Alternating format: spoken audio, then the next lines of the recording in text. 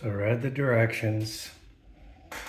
Here it is in Canon T7, and the door won't close. I've tried everything. It just will not close. Got that pushed through, but it will not close and stay closed. Take this out. Closes fine. I dropped it. That's what it looks like.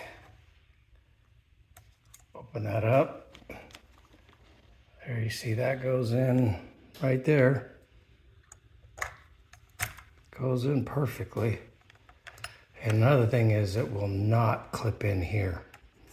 And I think that's, see, I think that's causing it as well. It will not click in and hold it. There's a little indentation right here where that needs to be over. I've held it down like that.